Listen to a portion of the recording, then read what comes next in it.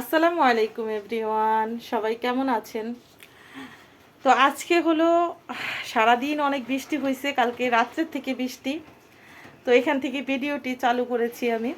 তো সারাদিন বৃষ্টি ছিল আজকে। তো আমার সাথে যেটা হয়েছে সেটা হচ্ছে যে আমি কাপড় চোপড় কালকে ভিজাইছিলাম আমার হেল্পিং হ্যান্ড আপার জন্য। আপা কালকে আসেন নাই, তো সেক্ষেত্রে অনেক কাপড় হয়ে গেছিলো আমার। তো সেগুলো আজকে ধুবে, মানে ধোয়া তো হয়েছে বাধ্যতামূলক, কারণ যেহেতু কালকে ভেজানো ছিল আর আজকেই বৃষ্টি। এখন এই বৃষ্টির মধ্যে আমি কি করেছি সেটাই আপনাদের সাথে শেয়ার করছি, যে আজকে বৃষ্টির মধ্যে আমি কিভাবে কাপড়গুলো শুকানোর ব্যবস্থা করছি।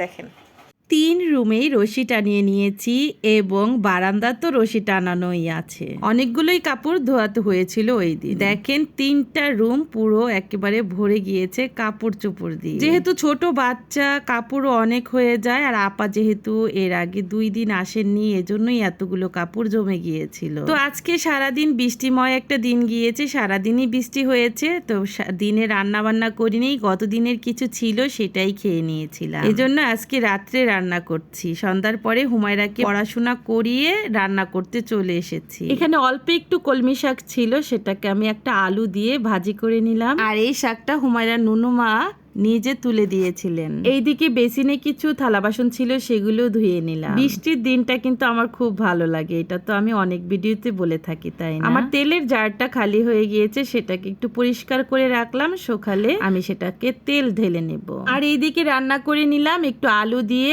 আর চিংড়ি মাছ দিয়ে ভাজা ভাজা করে, মানে ভাজার মতো করেই একটু ভেজে নিলাম। সন্ধ্যায় হুমায়রাকে একটু নুডলস রান্না করে দিয়েছিলাম, তার এই অবস্থা। এখন এটা ফেলে দিতে হবে, কিছু করার নেই। এদিকে ভাতটাও হয়ে গিয়েছে। এখন আমি ইলেকট্রিক চুলাটা একটু মুছে নিব। আমি ইলেকট্রিক চুলাটাই এখন মুছে নিব, গ্যাসের চুলাটা আমি এখন ধরবো না, কারণ কালকে অনেক ময়লা হয়েছে গ্যাসের চুলাটা। কালকে আপাকে দিয়ে এই গ্যাসের চুলাটা ধুইয়ে নিব।